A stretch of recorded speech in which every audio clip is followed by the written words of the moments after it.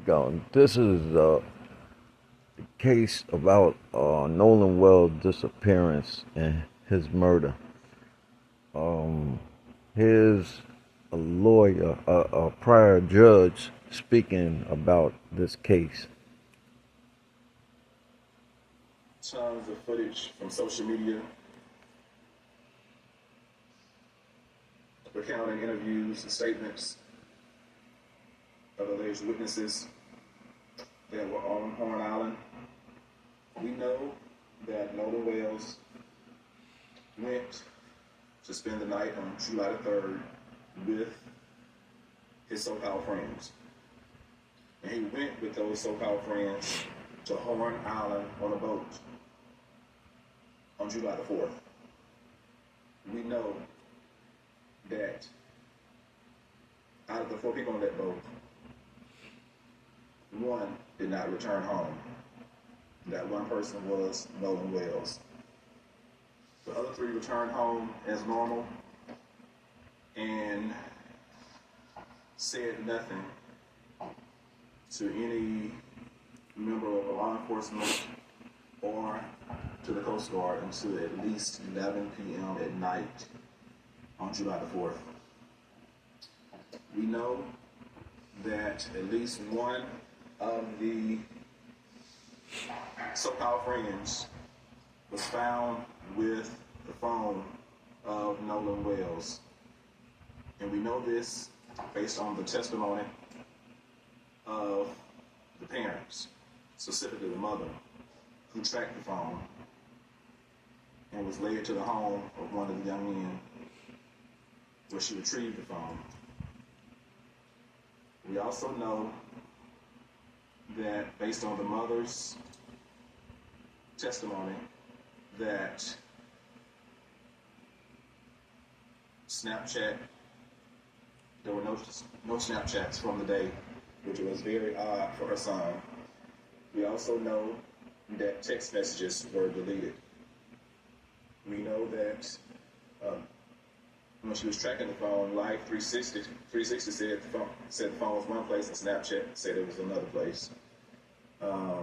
We know that the boy that had the phone did not voluntarily turn it over or call first. He had to be found through their own investigation.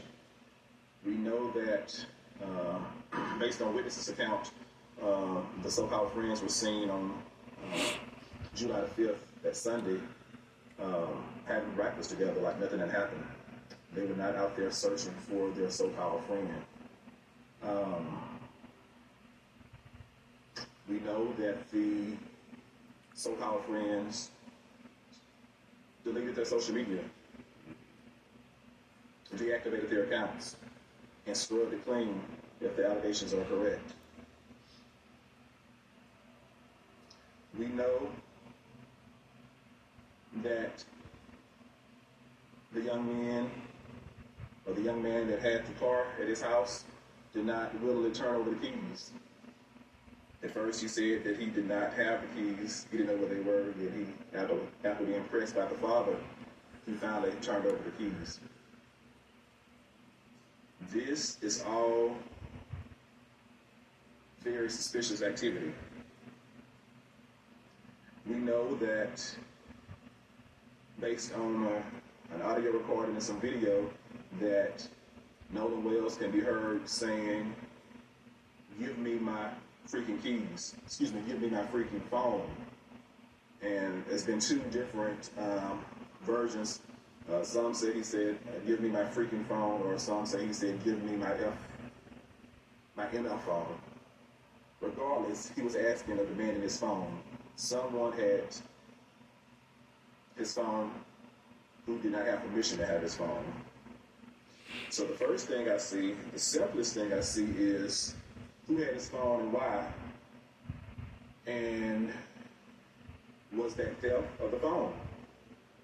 Sometimes we look at the largest case, we try to get to murder, but the person that took his phone committed the crime right there. There are witnesses to who took that phone.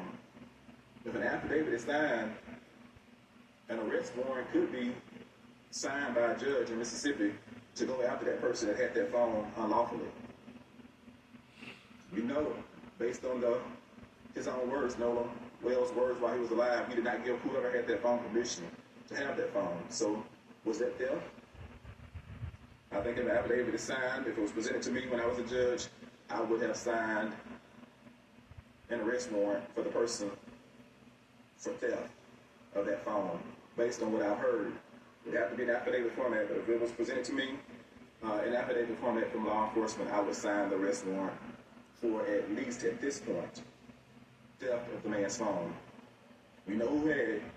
We know who they reported to the family. The family had to go find it, and we know that Nolan Wells said give it back to him, and evidently it was not given back to him. Why was that?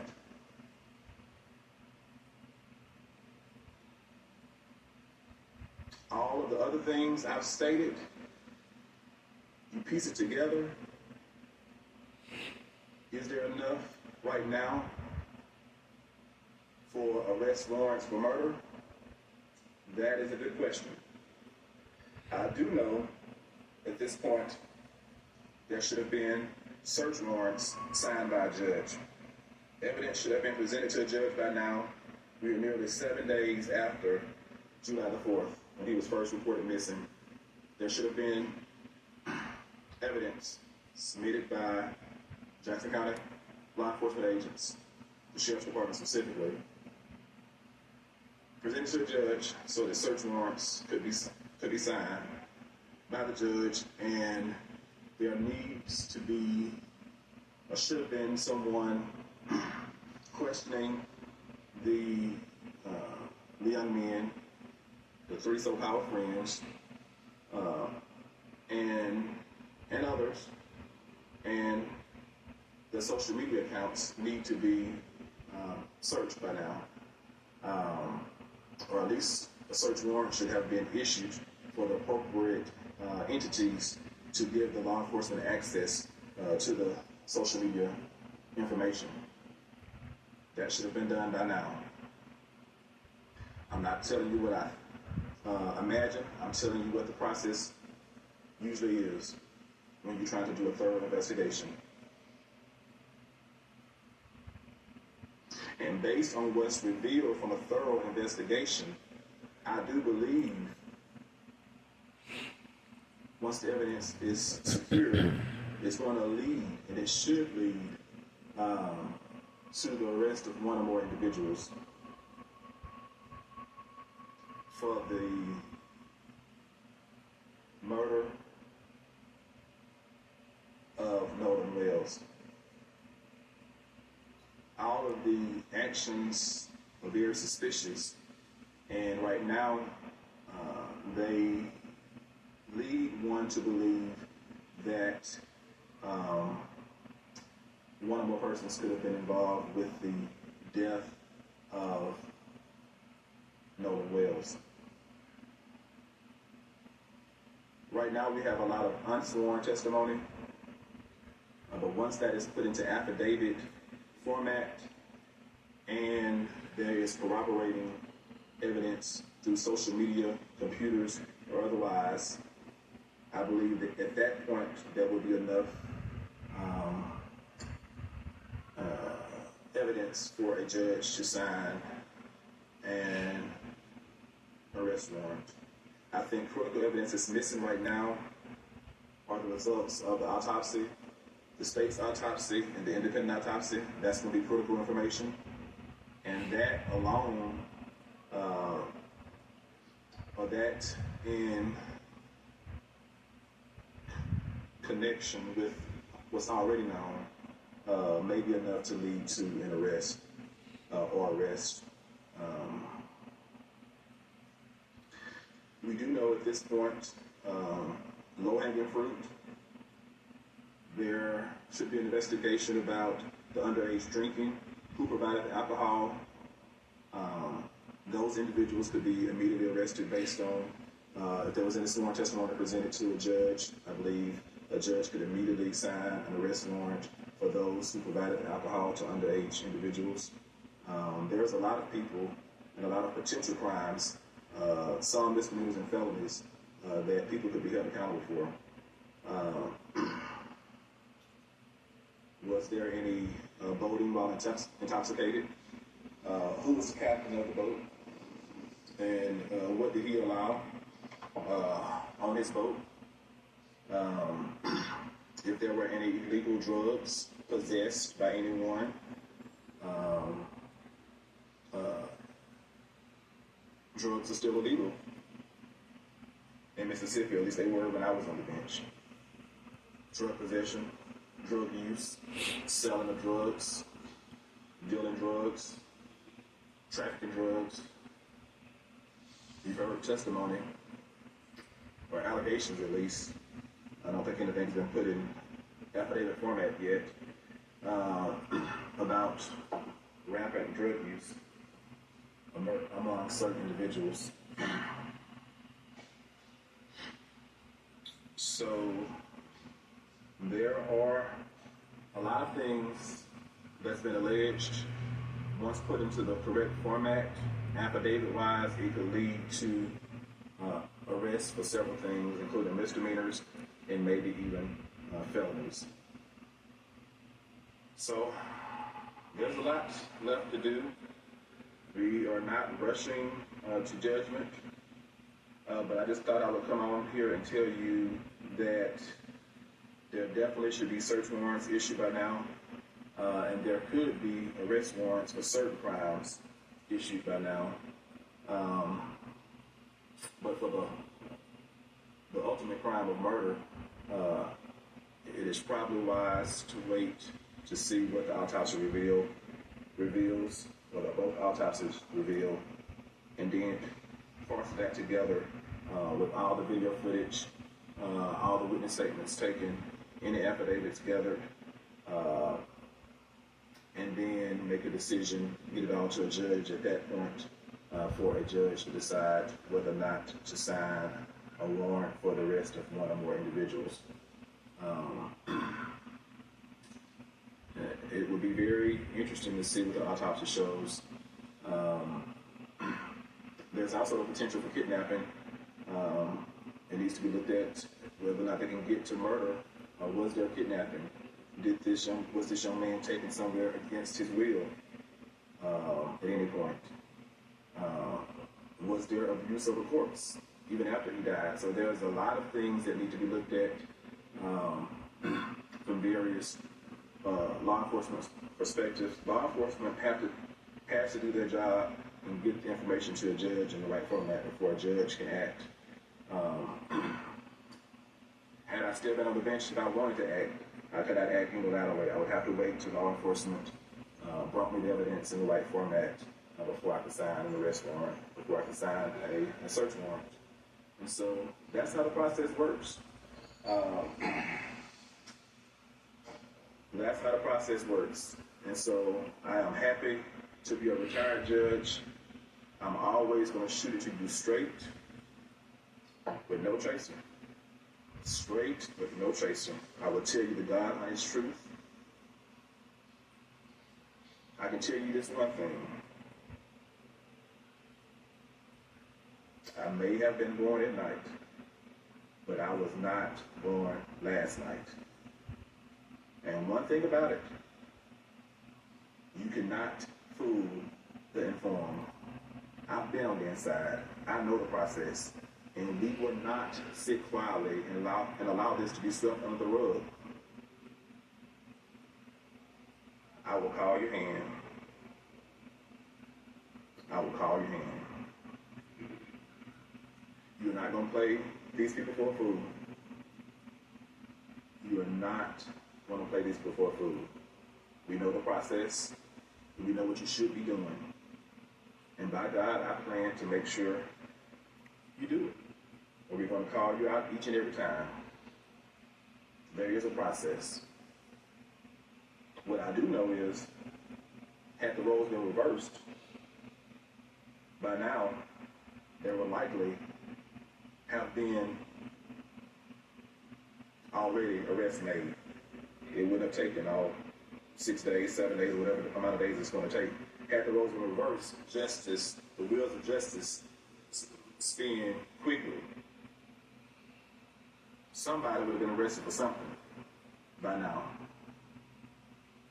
But since the roles are what they are, We are expected to be patient, and they're going to cross every T, and they're going to dot every I in the investigation before they make a move because of the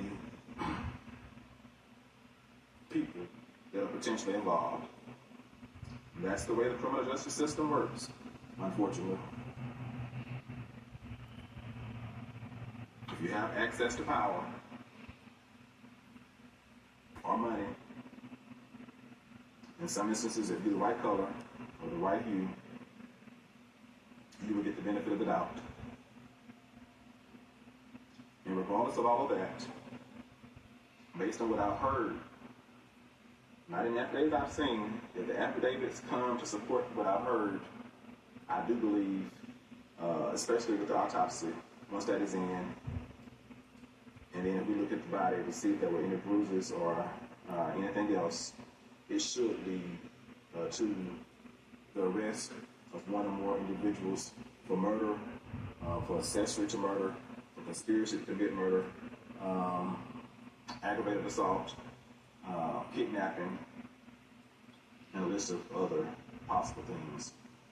But right now, I could say that based on that video evidence of him demanding his phone back, someone could immediately be arrested for theft, wrongful conversion of his property.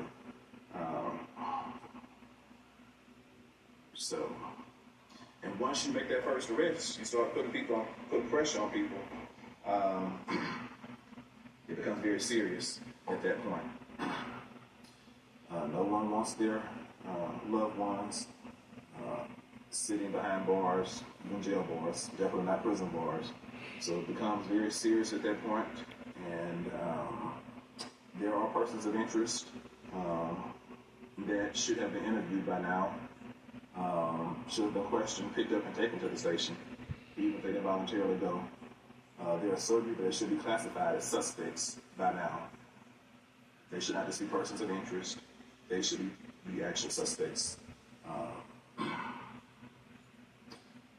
I do not agree with the sheriff saying right now foul play is not suspected. He should have said right now it is too early to tell one way or the other if he was going to say anything and try to be fair and impartial. Because all of this suspicious stuff, the suspicion and the actions of the individuals themselves lead you to believe that something is awry. And the stories are not adding up. The stories are not adding up. So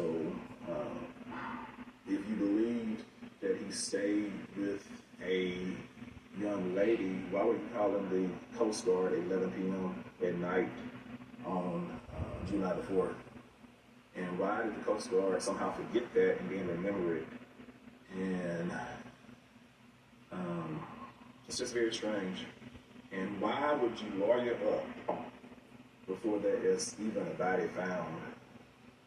If my best friend died by drowning accidentally, the last thing I'm going to be doing is hire a lawyer. I'm going to be too busy grieving my friend's accidental death. And I would not, in my wildest imagination, ever think that anyone would suspect me of a crime. Accidents happen all of the time. All of the time. And one thing about it, if I had been there when he drowned, I would have probably been so exhausted from trying to save him that I wouldn't have time to think about hiring a lawyer, or time for my parents to think about hiring a lawyer. And if I am recalling things correctly, I do believe that one of those young people's parents went out to the island. Now, this is a bunch of young folks. I believe one of the mothers got on Facebook and said she went to the island at some point. Why was she there? What was she doing? She was not in their age group. I don't know too many parents that go to a teenage gathering, a young person's gathering. What was she doing? I'm curious to know. I'm not even on the bench anymore, but I'm very curious to know what she was out there doing and who she may have been coaching, or what she may have been an accessory to. It's very odd that she was out there. but I'm sure she was not on the guest list.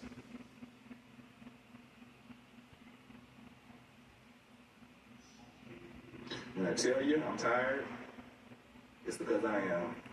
It's time for us to have the knowledge. I got my law degree in 2002. So you're looking at somebody that has nearly a quarter of a century of experience in the legal realm. I spent 6.5 years on the bench. I am not going to mislead you, because too many of us have gone along to get along for too long.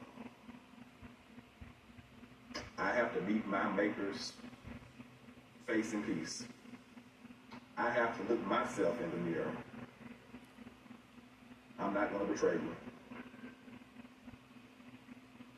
Enough is enough is enough.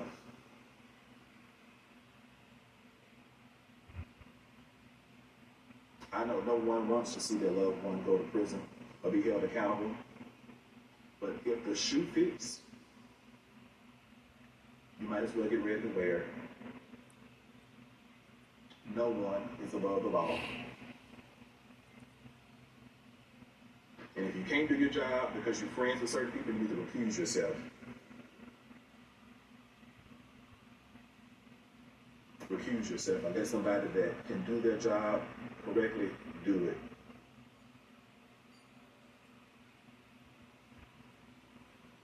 I'm happy to answer any questions that anyone may have about the process or anything I just said. There is a criminal justice process. And I know how things should go. And when they don't go as they should, you have to ask yourself why.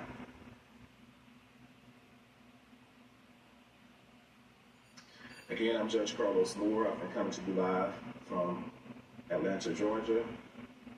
I've been living here now nearly 3 years. But Mississippi is home. The Gulf Coast is home. I know several members of the Wells family and the Weinstein family, and again, they have my deepest condolences for their loss. It's tragic. Tragic folks that you trusted your loved one to spend time with.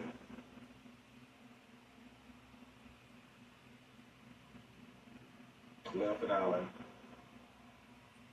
without having the decency to account for your son. That's sad. I can't imagine the level of pain. And I've heard some people say that the Department of Justice Civil Rights Division should come in and investigate, FBI, MBI, who actually has jurisdiction to do this.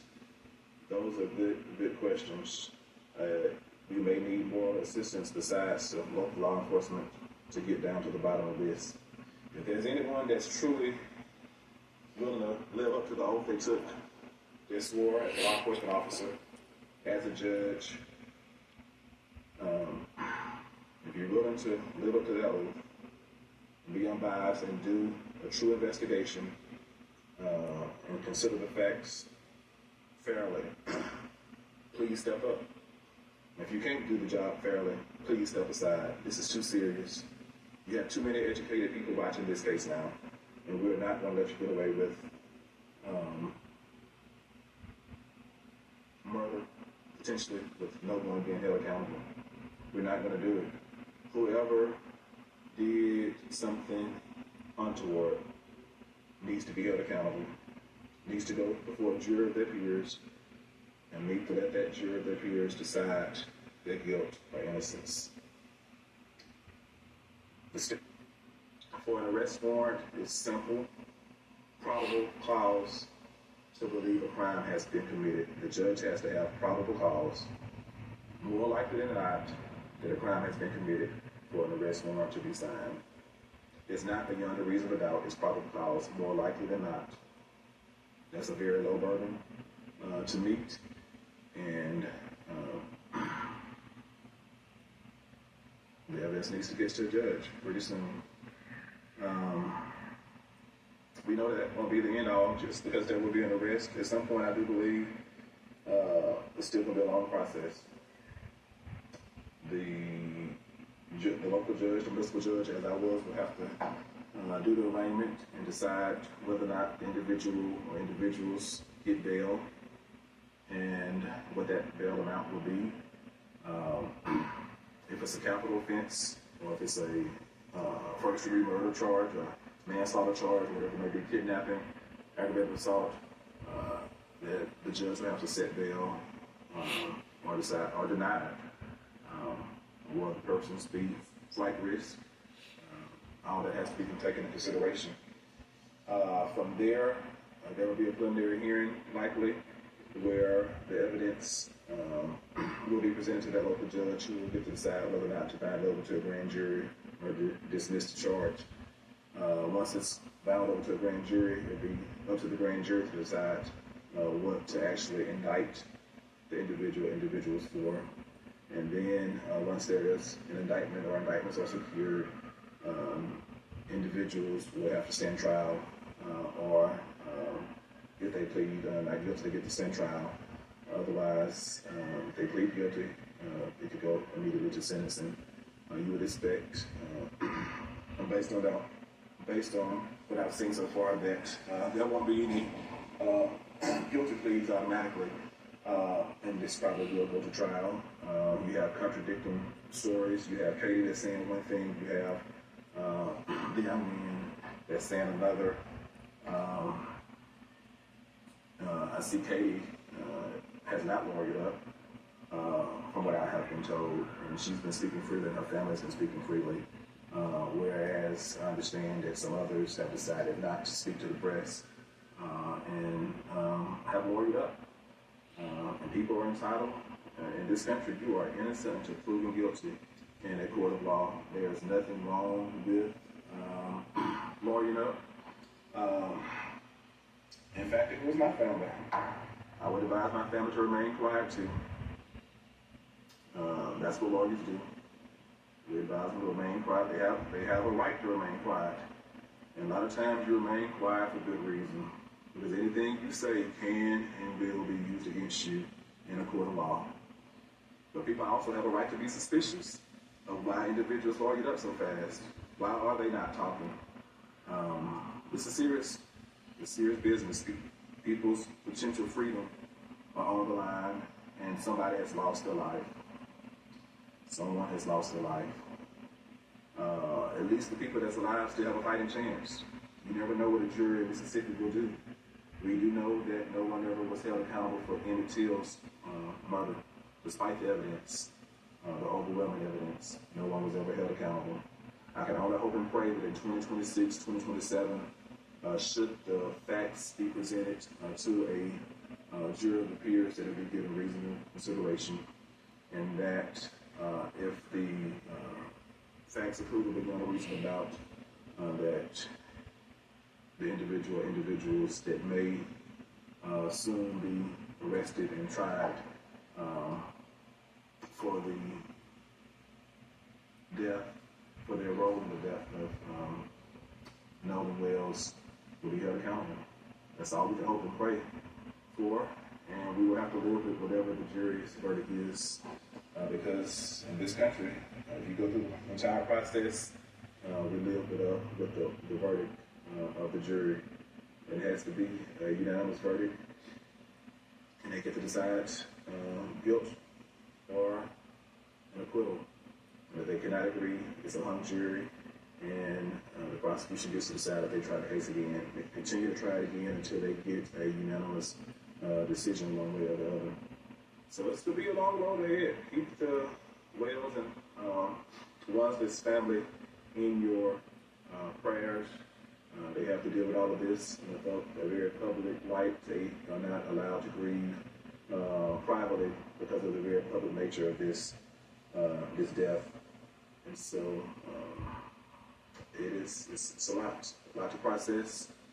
One day your life is flowing as normal, and the next day you are thrown in the limelight. But I applaud the parents for standing together and fighting for answers. They have been very good. They are not accusing anybody of anything. They just simply want answers.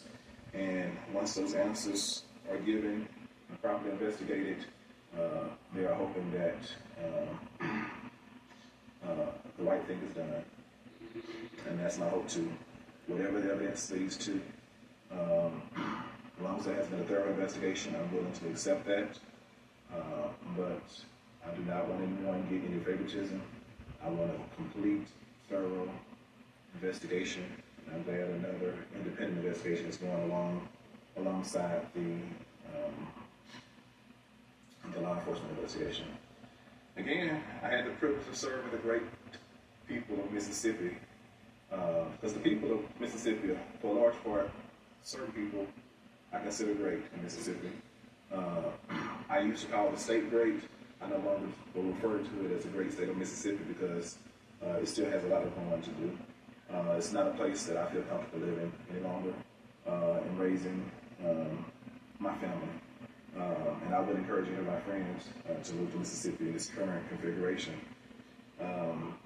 It's a dangerous place. It's a dangerous place with a deep-seated racism. And they are known to try to keep black people in their place. So no matter what your socioeconomic status is as a black person in Mississippi, they are known to try to keep you in your place. And one thing about me, I decided where that place was. No one else got to decide where that place was. My place was equal with theirs. And in my eyes, I was always equal, never beneath. Parents raised me to believe you're no better than anyone, and you're no worse than anyone. You're equal. I believe that, and I do believe that's how we all should be treated. Equal justice under the law. And all men are created equal, and we are endowed with unalienable rights. I believe that. And America will be forced to live up to his promise. Will be forced to live up to his promise. I could go on and on, but I have been here to express from my viewpoint the perch that I had as one who wore the robe, and not one but two jurisdictions in Mississippi where I signed countless search warrants and arrest warrants. I know the process, and I'm happy to have enlightened you on tonight. Please share this with your friends. Let them hear it from the horse's mouth, because people will have you to believe that you're crazy based on your suspicions. A lot of your suspicions and what you're saying, you're dead on, you're dead right. You're hitting the nail on the head. Keep asking the questions. Keep prodding. And if you ever want to know if you're on the right track, I'm just a chat or email away. All right. You have heard this on JB's personal perspective, and hopefully that we'll get to the bottom of this crime. And until the next time, that's JB's personal perspective. God bless you and have a blessed weekend.